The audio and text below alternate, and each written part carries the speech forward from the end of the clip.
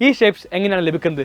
പ്രശ്നം പഠിക്കുന്ന ഏതൊരു വിദ്യാർത്ഥിയുടെ സംശയമായിരിക്കും കോൺ സെക്ഷൻ അകത്ത് വരുന്ന പാരബോള എങ്ങനെയാണ് വരുന്നത്, ഹൈപ്പർബോള എങ്ങനെയാണ്, എലിപ്സും സർക്കിളും എങ്ങനെയാണ് നമുക്ക് ലഭിക്കുന്നത്. ഈ കാണുന്ന വീഡിയോ മൊത്തമായിട്ട് കാണുകയാണെങ്കിൽ വളരെ സുഖമായിട്ട് നിങ്ങൾക്ക് എല്ലാ ഷേപ്സും മനസ്സിലാക്കാൻ വേണ്ടി സാധിക്കും, എങ്ങനെയാണ് ഓരോ ഷേപ്സും വരുന്നതെന്ന്. നേരെ തന്നെ വീഡിയോയിലേക്ക് പോകാം. ഒരു സ്ട്രേറ്റ് ലൈൻ ഒരു ഫിക്സഡ് ലൈനെ മീറ്റ് ചെയ്യുന്നു. ആ കാണുന്ന പോയിന്റ് നമ്മൾ ഫിക്സഡ് ആക്കി വെക്കുന്നു. With respect to that fixed point നമ്മൾ സ്ട്രേറ്റ് ലൈനെ റൊട്ടേറ്റ് ചെയ്യുന്നു. റൊട്ടേറ്റ് ചെയ്യുമ്പോൾ നമുക്കൊരു ഡബിൾ റൈറ്റ് സർക്കുലർ കോൺ ലഭിക്കുന്നതായിരിക്കും. ഡബിൾ റൈറ്റ് സർക്കുലർ കോണിൽ നമുക്ക് രണ്ട് കോണുകൾ കാണാൻ വേണ്ടി സാധിക്കും. അതുപോലെ തന്നെ ഇവിടെ ഒരു ഫിക്സഡ് പോയിന്റുമുണ്ട്. ഫിക്സഡ് പോയിന്റ് നമ്മൾ വിളിക്കുന്ന പേരാണ് വെർട്ടെക്സ്. നമ്മൾ റൊട്ടേറ്റ് ചെയ്യാൻ ഉപയോഗിച്ച സ്ട്രേറ്റ് ലൈൻ ഉണ്ട്, അവനെ വിളിക്കുന്ന പേരാണ് ജനറേറ്റർ. അതുപോലെ തന്നെ ഫിക്സഡ് ആക്കി വെച്ച സ്ട്രേറ്റ് ലൈൻ ഉണ്ട്, അതാണ് ആക്സിസ്. റൈറ്റ് സർക്കുലർ കോണിൻ്റെ ബേസ് എന്ന് പറയുന്നത് എപ്പോഴും ഒരു സർക്കുലർ ബേസ് ആയിരിക്കും. അതുപോലെ തന്നെ ആക്സിസ് സർക്കുലർ ബേസുമായിട്ട് ഉണ്ടാക്കുന്ന ആംഗിൾ 90 ഡിഗ്രി ആയിരിക്കും. റൈറ്റ് സർക്കുലർ കോണിൻ്റെ ബേസിനെ നമ്മൾ വിളിക്കുന്ന പേരാണ് ഡയറക്ട്രിക്സ്. നമ്മുടെ കോണിൻ്റെ ലാറ്റർ സർഫസ് ഉണ്ട്. ലാറ്റർ സർഫസിനെ നമ്മൾ വിശേഷിപ്പിക്കുന്ന പേരാണ് നാപ്പ്. നമ്മൾക്ക് ലോവർ നാപ്പും അപ്പർ നാപ്പും കാണാൻ വേണ്ടി സാധിക്കും. മേലെയുള്ളത് അപ്പർ നാപ്പാണ്, താഴെയുള്ളത് ലോവർ നാപ്പും. ജനറേറ്ററും ആക്സിസും തമ്മിൽ ഉണ്ടാക്കുന്ന ആംഗിളെ നമ്മൾ വെർട്ടെക്സ് ആംഗിൾ എന്ന് വിളിക്കും.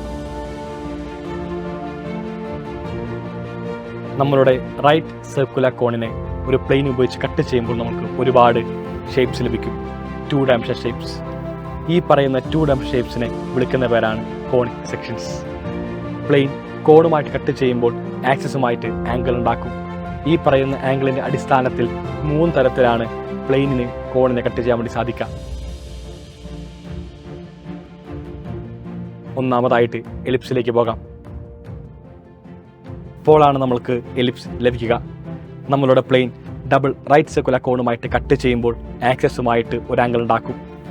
ആ പറയുന്ന ആംഗിൾ നമ്മളുടെ വെർട്ടെക്സ് ആംഗിളിനേക്കാളും വലുതാകണം. അതെ, എ ഗ്രേറ്റർ ദാൻ ബി ആകണം. ഇത്തരത്തിൽ ആകുമ്പോഴാണ് നമുക്ക് നമ്മുടെ പ്രിയപ്പെട്ട കോണിക്കിലെ ഏറ്റവും മനോഹരമായ ഷേപ്പിൽ ഒന്നായിട്ടുള്ള എലിപ്സ് ലഭിക്കുക. പ്ലെയിൻ ആക്സിസുമായിട്ട് പെർപെൻഡിക്കുലർ ആകുമ്പോൾ നമ്മൾക്ക് അടുത്ത ഷേപ്പ് ലഭിക്കും. അതെ, സർക്കിൾ എന്ന് പറയുന്നത് എലിപ്സിൻ്റെ ഒരു സ്പെഷ്യൽ കേസ് തന്നെയാണ്. അടുത്ത ഷേപ്പായിട്ടുള്ള പാരബോളയ്ക്ക് പോകാം. പ്ലെയിൻ ആക്സിസുമായിട്ട് കട്ട് ചെയ്യുന്ന ആംഗിളും വെർട്ടെക്സ് ആംഗിളും ഈക്വൽ ആവുക. ഈക്വലായി കഴിഞ്ഞാൽ നമുക്ക് ലഭിക്കുന്ന ഒരു ഓപ്പൺ കർവ് ഉണ്ട്. ഇതിനെ വിളിക്കുന്ന പേരാണ് പാരബോള.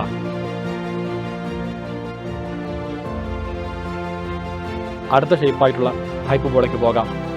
പ്ലെയിൻ 2 കോണിലെ ഏതെങ്കിലും ഒരു കോണുമായിട്ട് മാത്രം ഇന്റർസെക്ട് ചെയ്യുമ്പോൾ ആക്സിസുമായിട്ട് ഉണ്ടാക്കുന്ന ആംഗിളും വെർട്ടെക്സ് ആംഗിളും കമ്പയർ ചെയ്യുമ്പോൾ എപ്പോഴും ആക്സിസുമായിട്ട് ഉണ്ടാക്കുന്ന ആംഗിൾ ആയിരുന്നു വലുത്, അല്ലെങ്കിൽ ഈക്വൽ ആയിരിക്കും. പ്ലെയിനിനെ 2 കോണുമായിട്ട് ഇന്റർസെക്ട് ചെയ്യിപ്പിക്കുന്നു. ആ നിമിഷം പ്ലെയിൻ ആക്സിസുമായിട്ട് ഉണ്ടാക്കുന്ന ആംഗിളും വെർട്ടെക്സ് ആംഗിൾ കമ്പയർ ചെയ്യുമ്പോൾ വെർട്ടെക്സ് ആംഗിൾ ആയിരിക്കും വലുത്. ഈ കാണുന്ന ഷേപ്പിനെ നമ്മൾ വിശേഷിപ്പിക്കുന്ന പേരാണ് ഹൈപ്പർബോള. ഇപ്പോൾ എല്ലാവർക്കും മനസ്സിലായി കാണും എങ്ങനെയാണ് കോണിക്കിനകത്തുള്ള എല്ലാ ഷേപ്സും ലഭിക്കുന്നതെന്ന്.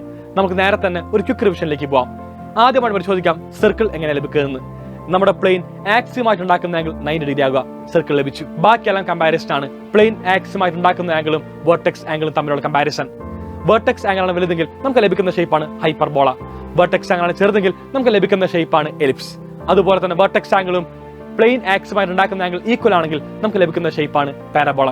ഈ കാണുന്ന എല്ലാ ഷേപ്സും കൃത്യമായിട്ട് എങ്ങനെ വന്നതെന്ന് എല്ലാവർക്കും മനസ്സിലായി കാണും. നമുക്ക് മറ്റൊരു വീഡിയോയിൽ പിന്നീട് കണ്ടുമുട്ടാം. Till bye all. Thank you and signing off Afnas AK. Hope you all enjoyed.